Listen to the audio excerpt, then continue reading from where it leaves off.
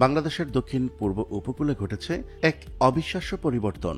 বঙ্গোপসাগরের বুকে বিস্তীর্ণ এলাকা জুড়ে নতুন নতুন জমি এবং সেখানে নতুন বসতি গড়ার এক আখ্যান তৈরি হয়েছে। এটি নিছক নদী ভাঙ্গা মানুষের গল্প নয়, এটি দেশের ইতিহাসে একটি নতুন ভূমির জন্ম, নতুন অর্থনীতির সম্ভাবনা এবং প্রাকৃতিক বৈজ্ঞানিক ঘটনাবলীর সম্মিলন। প্রায় ৩ যুগ ধরে সন্দ্বীপ, স্বর্ণদ্বীপ ও ভাসানচর এই তিনটি দ্বীপ ধীরে ধীরে এক হয়ে যাচ্ছে। বাংলাদেশ মহাকাশ গবেষণা ও দূর অনুধাবন প্রতিষ্ঠান স্পারসো তাদের গবেষণায় এই চিত্র তুলে ধরেছে।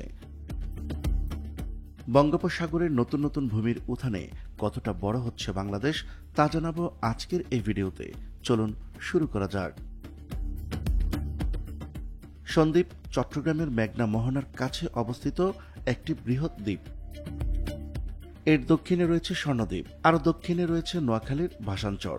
একসময় এদের মাঝে ছিল বিস্তৃত জলরাশি, কিন্তু নদী থেকে বয়ে আসা বিপুল পরিমাণ পলি ও সমুদ্র স্রোতের প্রভাবে ধীরে ধীরে এই ফাঁকা জায়গা ভরাট হতে শুরু করে।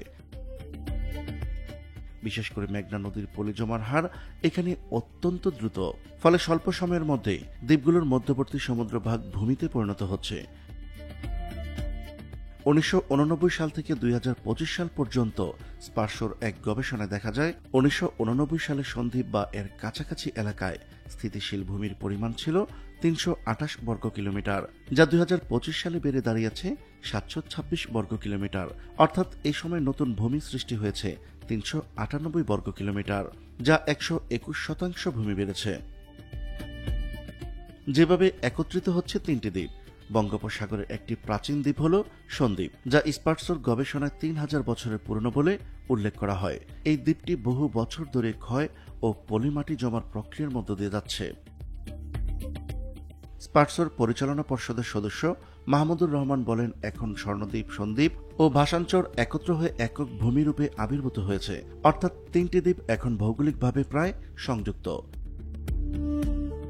তবে যেহেতু মেঘনা মোহনার দ্বীপগুলো খুবই পরিবর্তনশীল, তাই নিয়মিত নজরদারি ও দীর্ঘমেয়াদী পর্যবেক্ষণ দরকার।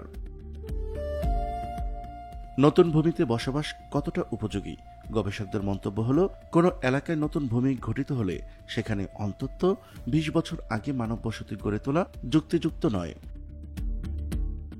এখনই ব্যাপক হারে বসত না হলেও নতুন জেগে ওঠা এসব চর ভূমি হারানো দরিদ্র জনগোষ্ঠীকে স্বাবলম্বী করে তুলেছে। ধান, মাছ ও পশু সম্পদে স্বনির্ভর করে তুলছে প্রায় ৭,০০০ পরিবারকে।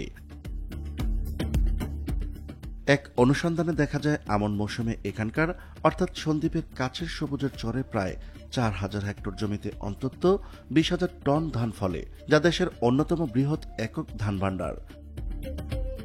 বর্ষা মৌসুমে এই চরের ধানি জমি থেকেই আহরিত হয় প্রায় ২৫০০ টন নানা জাতের সামুদ্রিক মাছ, যার অর্থমূল্য আনুমানিক প্রায় ১০০ কোটি টাকা।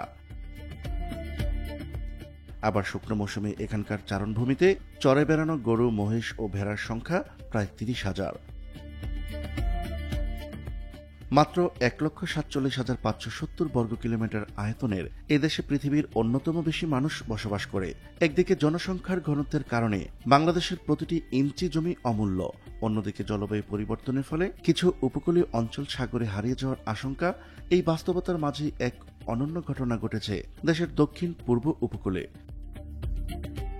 স্বর্ণদ্বীপ, সন্দ্বীপ এবং ভাসানচর এই তিনটি দ্বীপ ধীরে ধীরে এক হয়ে যাচ্ছে এবং এর ফলে নতুন জমি সৃষ্টি হচ্ছে। নদীর পলি ও সমুদ্র স্রোতের প্রভাবে সাগরের বুকে গড়ে ওঠা এই তিনটি দ্বীপ নতুন ভূমি বাড়িয়ে বাংলাদেশের আয়তন বাড়িয়ে দিচ্ছে। এ যেন আল্লাহর পক্ষ থেকে এক বড় নেয়ামত, যেখানে একদিকে আমরা হারাচ্ছি জমি, অন্যদিকে প্রাকৃতিকভাবে আমরা ফিরে পাচ্ছি নতুন নতুন ভূমি। আল্লাহর এই দান শুধু ভৌগোলিক পরিবর্তন নয়, বরং আমাদের জন্য এক আশার আলো, যা প্রমাণ করে যে আল্লাহ তাআলা সংকটের মাঝেও আমাদের নতুন পথ খুলে দেন। প্রিয় দর্শক, আজ এই পর্যন্তই। দেখা হচ্ছে পরবর্তী ভিডিওতে। ততক্ষণ পর্যন্ত মহান আল্লাহ তাআলা সবাইকে ভালো রাখুক, সুস্থ রাখুক। আল্লাহ হাফেজ।